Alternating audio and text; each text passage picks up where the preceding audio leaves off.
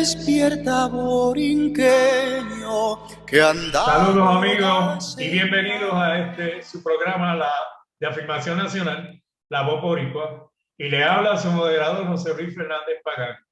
Hoy tendremos una charla libre para analizar la propuesta del G7, que es un grupo de naciones que ha acogido la propuesta del presidente Biden para imponer un impuesto tributario mundial a compañías multinacionales, y ese impuesto sería equivalente a un 15%.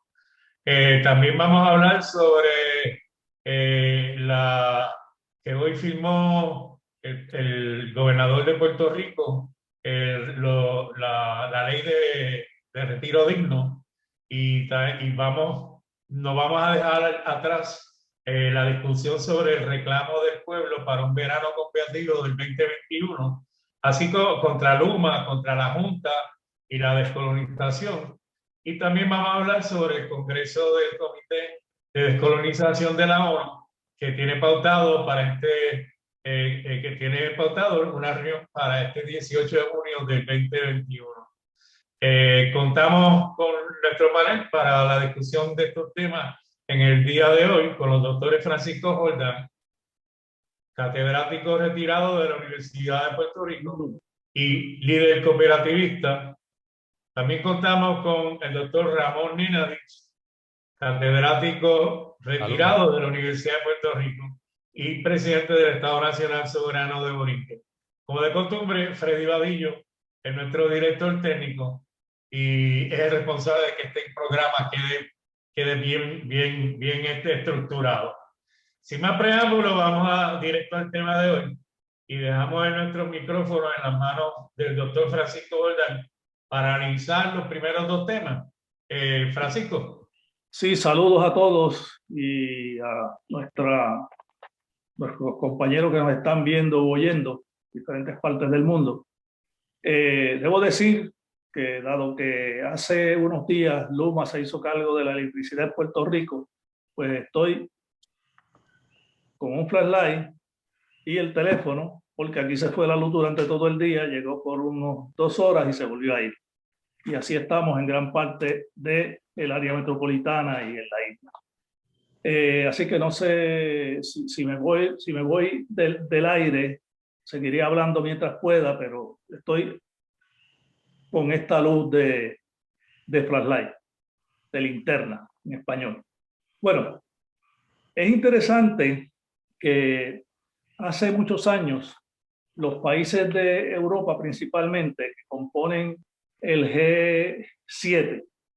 Los países del G7 son los países más poderosos del mundo, en términos económicos, en términos políticos, en términos militares, ¿no? Y comprenden, estos 7 países son Canadá, Estados Unidos, Japón, Francia, Alemania, Italia y Reino Unido. Son los 7 países más poderosos. Después de estos 7 hay otro grupo que se llama el G20, donde se integran otros países también potentes, pero de menos poder que él. Pues los países del G7 se estaban dando cuenta de que había las multinacionales estaban usando un recurso que se llama, que se conoce como deslocalización fiscal, que consistía, o consiste, porque lo hacen todavía, en que las grandes empresas tenían una sede en un país, escogían un país que tuviera impuestos bien bajitos y ahí ponían su centro de operaciones principal. Y entonces se iban a hacer un negocio en todo el mundo, pero reportaban esas ganancias a ese centro principal para que los impuestos fueran menores. ¿Qué pasaba? Que eso le ocasionaba problemas a los países de Europa, a estos grandes países que no recibían el impuesto que la ley disponía, ¿no? Los Estados Unidos se oponían y se opusieron siempre a que se estableciera un mecanismo global de impuestos. y resistieron y resistieron por muchos años, pero ahora con la llegada de Biden, pues la cosa se ha normalizado más a favor de esa gestión, y el mismo Biden propuso un impuesto de un 15% para las transnacionales que tuvieran que pagarlo en el lugar donde hacían operaciones. No podían referir esas ganancias a otro país para aprovecharse de esto. Es interesante porque Biden propuso el 15%, pero los países de Europa, especialmente España, el Reino Unido, querían que fuera un 21%, y ellos lo mantuvieron en el 15%, que fue la propuesta de Biden. ¿Qué significa esto? Bueno, pues significa que todas las empresas multinacionales, si es que esto se aprueba finalmente, porque lo tienen que concretizar, ¿verdad? Y no es obligatorio para todos los países, va a ser una regulación para estos 7 países. Pero son los 7 países más importantes y está Estados Unidos envuelto en esto. Así que ahora se supone que cada país empiece a legislar para reglamentar esta imposición de ese tax a todas las multinacionales. Quiere decir que si en Puerto Rico operan fábricas multinacionales, que operan por supuesto, tendrían que pagar al gobierno local ese impuesto, si es que los Estados Unidos lo hacen extensivo a todas las jurisdicciones. Recuerden que en Puerto Rico Puerto Rico es un paraíso fiscal para todas las empresas internacionales, porque además de la baja tasa de interés que llega al 4%, imagínense ustedes, países de Europa están pidiendo un 21%, aprobaron el 15% y aquí se está cobrando un 4%. Además de eso, hay una serie de exenciones que algunos simplemente no pagan casi nada, o no pagan nada. Esa es la situación en términos generales. Quisiera que los compañeros pensaran su opinión sobre eso, Ramón y José Luis, sobre ese asunto. Bien, cómo no, gracias, Fran. Bueno, yo creo que eso podría ser una buena iniciativa en vista de que esas empresas transnacionales se están lucrando excesivamente con el trabajo de las clases obreras de los países donde ellos operan, porque los salarios que ellos pagan, además de esos impuestos bajos que pagan en esos países, los salarios que pagan también son bajísimos y la mayor parte de esos obreros y obreras carecen de beneficios marginales adecuados.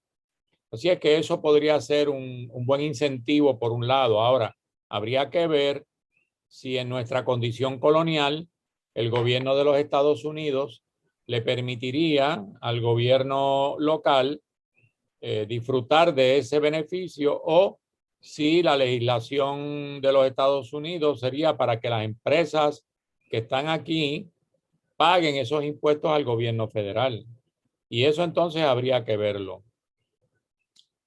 Por otro lado, yo creo que eso podría crear un problema para esas empresas, porque podrían irse a lugares donde no se establezcan leyes para exigir ese 15%, porque como tú bien has planteado, es el G7 el que lo está exigiendo en este momento o lo está proponiendo, pero hay muchos países, la inmensa mayoría, que no pertenecen al G7, que son países que, ¿verdad?, han sido empobrecidos por el imperialismo a nivel mundial, y esas empresas podrían alojarse en esos otros países y beneficiarse de eso.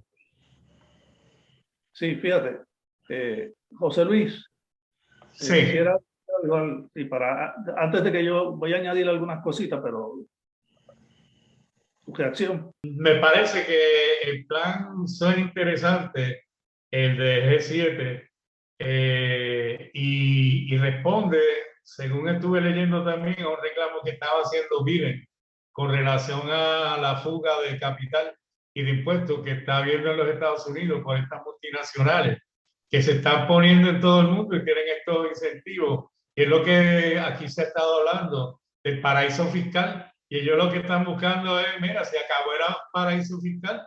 Aquí tenemos, hay una situación donde las riquezas están siendo acumuladas en un solo grupo que es minoritario.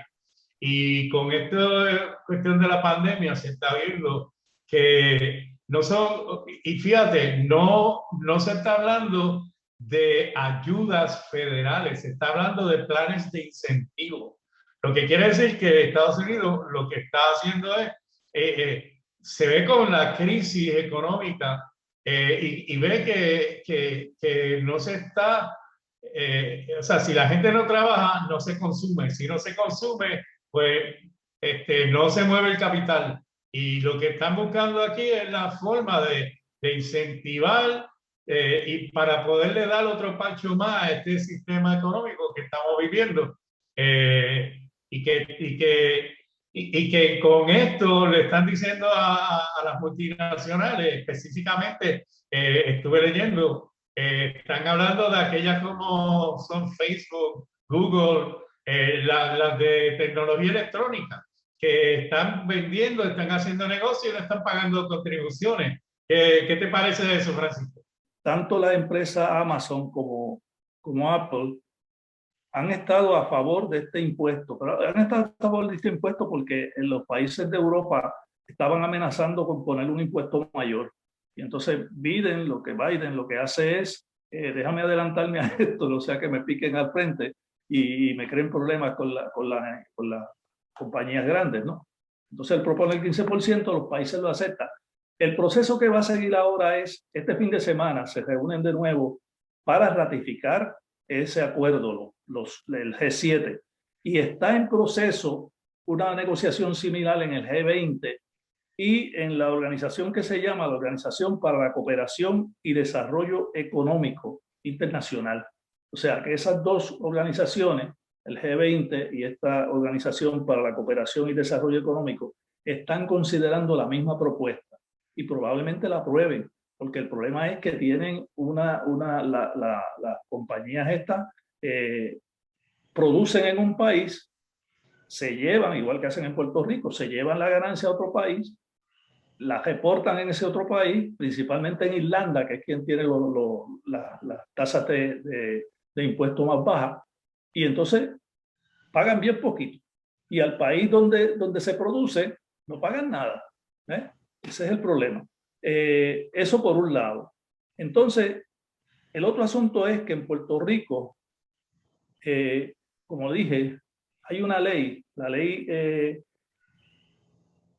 que lo que le impone es un 4% a las empresas, a las compañías que exportan sus mercancías y servicios fuera de aquí. O sea, pueden producir aquí cualquier cosa, pero se lo llevan afuera y solamente pagan un 4%.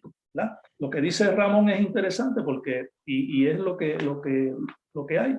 Probablemente esta ley vaya a tener la implicación de que las tasas de impuestos en Puerto Rico van a tener que subir y las exenciones se van a tener que eliminar. Hay muchísimas exenciones, además de la tasa de impuesto bajita. Casi todas las empresas multinacionales reciben unas exenciones brutales. Se estima que más de 20.000 millones de dólares anuales las corporaciones en Puerto Rico dejan de pagar, las grandes corporaciones nacionales dejan de pagar en Puerto Rico más de 20.000 millones de dólares anuales. Si tuvieran un impuesto razonable, eso sería lo que tendrían que pagar. Y con eso nosotros resolveríamos todos los problemas que tenemos. O sea, es sin duda una propuesta bien interesante que hay que darle seguimiento. También, además de esto, hoy se estuvo hablando de que finalmente el gobernador aprobó la ley sobre el retiro digno. ¿Qué te parece que serían las implicaciones? Porque usted está por encima de lo que estaba la Junta de Control Fiscal proponiendo. ¿Qué te parece? En el caso de esta ley, que se lleva tratando de que se apruebe desde hace tanto tiempo, muchos años también, a Pierluisi no le quedó más remedio que aprobarla, porque con el lío que tiene ahora con Luma, con el lío que tiene con la situación fiscal con la Junta, y añadirle la oposición de los miles y miles de pensionados que ya estaban allí a las puertas de Fortaleza, o sea, lo que faltaba era que se metieran a Fortaleza y formaran, ¿verdad?, un tremendo problema. A él no le quedó más remedio que aceptar eso. Ahora, yo creo que lo está haciendo, además de estar obligado, sin un compromiso real. O sea, el gobernador nuestro es un gobernador flojo, es un gobernador que no tiene palabras, es un gobernador que cambia de lealtad con tanta facilidad que en cualquier momento dice, bueno, yo lo firmé, pero no voy a hacer nada más. ¿Qué va a pasar ahora? Bueno, hay que ver que lo que se quiere es que haya cero recorte a las pensiones, pero hay mucho más que eso, porque es una política pública de defensa del pensionado. Y eso implica un confrontamiento total y absoluto con la Junta de Control Fiscal, que ha estado evidenciando que no le importa, no solamente no le importa el pueblo, no le importa el bienestar de las personas que hemos trabajado y que estamos pensionados. Yo soy uno de ellos, ¿verdad? Y así que, ¿qué va a pasar ahora? Bueno, probablemente no pase nada. O sea, la Junta probablemente diga, espérate, déjame dejar esto quietecito ahí y buscar por otro sitio donde cortar. Perdón. Pero si insistieran en eso, va a haber un confrontamiento y vamos a tener que ir a los tribunales, los grupos que están trabajando por las pensiones. Porque la ley tiene una serie de expresiones de política pública. Por ejemplo, no reconoce lo que ya el tribunal de la jueza Swain, que nombró un comité para que fuera representante de los pensionados, pues esta ley no reconoce eso. O sea, lo niega, dice, esa gente no representa a los pensionados. Y así por el estilo. O sea, hay una serie de cosas que chocan contra lo que ha hecho el gobierno federal y la Junta de Control Fiscal. Así que esto de nuevo nos pone en una situación que hay que darle seguimiento bien interesante y vamos a ver lo que pasa. Sí, bueno, yo quería comentar también sobre eso, que Pierluisi se vio obligado a firmar esa ley porque fue aprobada por unanimidad en ambas cámaras. Es decir, tanto la Cámara como el Senado la aprobaron por unanimidad. Y eso quiere decir que contaron con los votos del Partido Nuevo Progresista, además de los otros partidos políticos. Y sería totalmente incomprensible para el pueblo que Pierluisi no firmara la ley. Teniendo el apoyo de los propios legisladores de su partido, él se aislaría totalmente de lo que es el reclamo del pueblo y sobre todo de los sectores pensionados del país.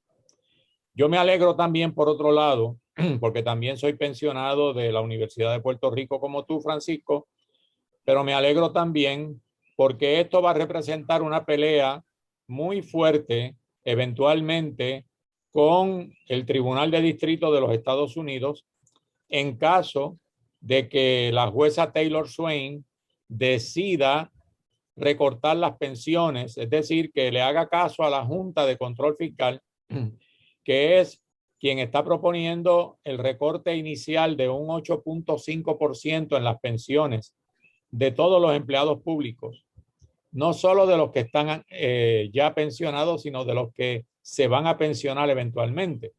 Y también la propuesta que se está haciendo por la Junta de Control Fiscal es que eventualmente el recorte llegue a 25%. Ya en el caso de la policía, le han recortado casi el 40% de las pensiones. Y por eso la policía también está tratando, ¿verdad?, de que esa ley los beneficie para que le reintegren el monto original que le correspondía en sus pensiones.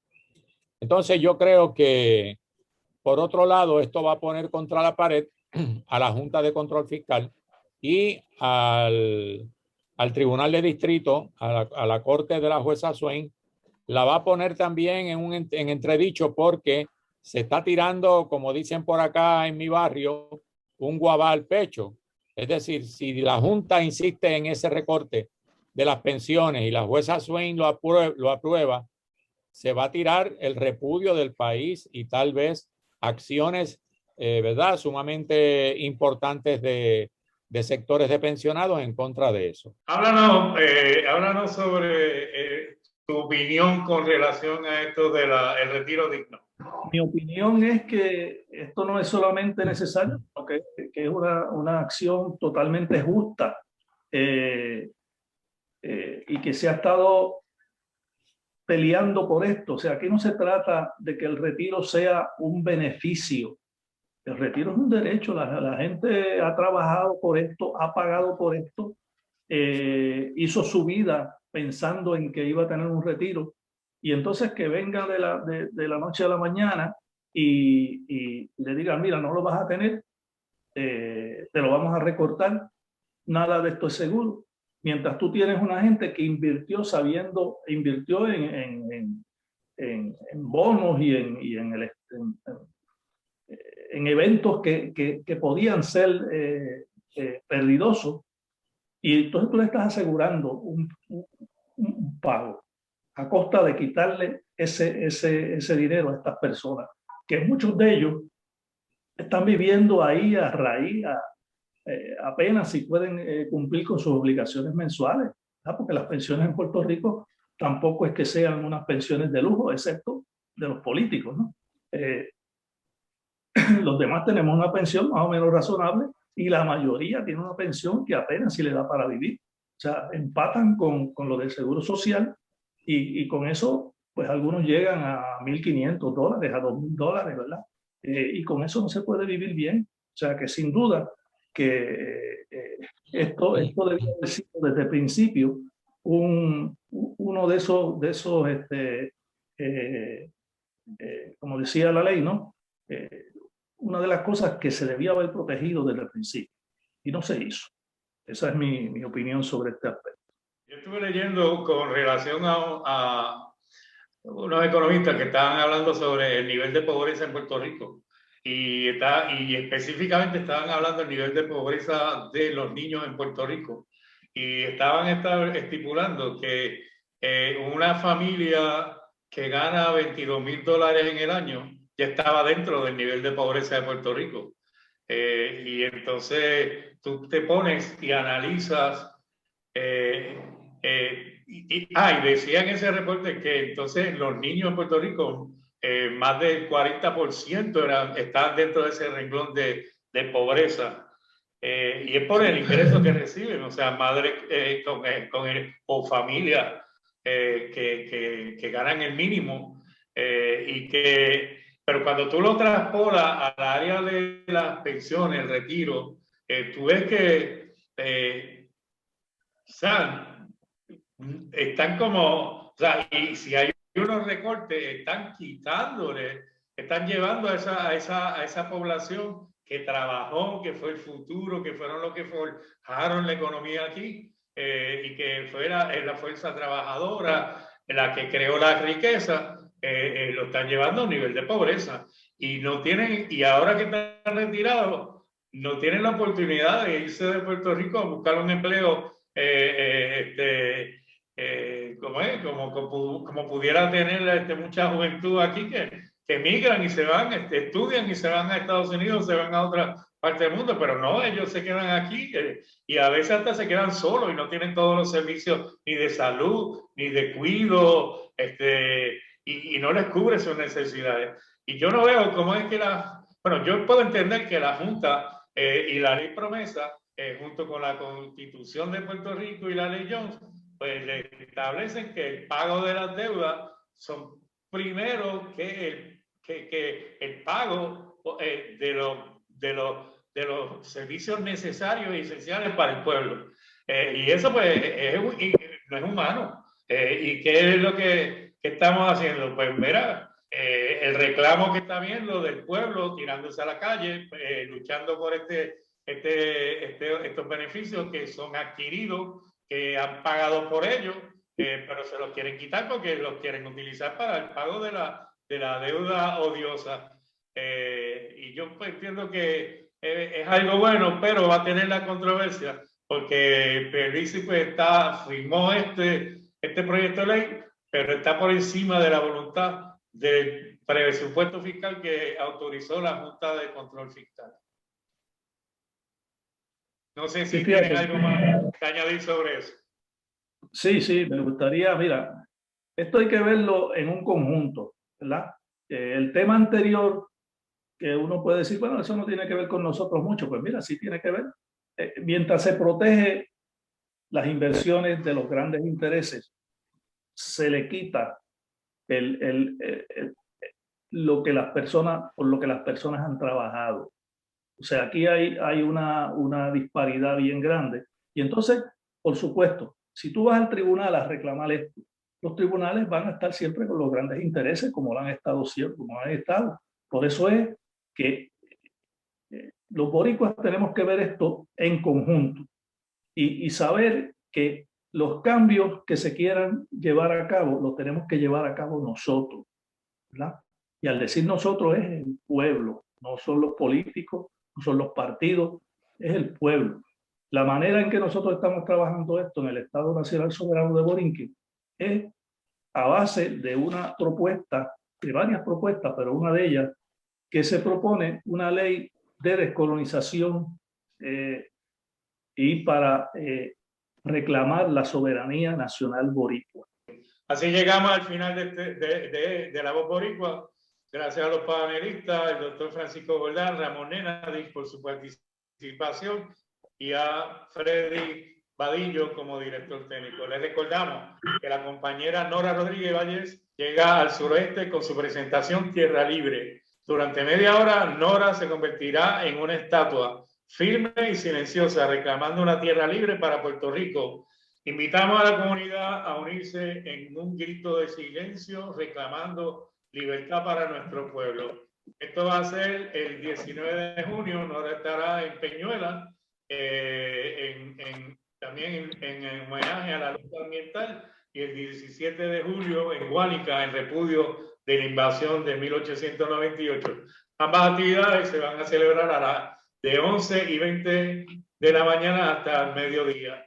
Te esperamos. La Voz Boricua y el Estado Nacional Soberano de Borinquen se solidarizan con todos los empleados de energía eléctrica que están siendo atropellados por el gobierno de Pedro Pierluisi, y hacemos un llamado para que apoyemos esta lucha y nos tiremos a la calle contra Luma y contra la Junta de Control Fiscal y la descolonización de la patria.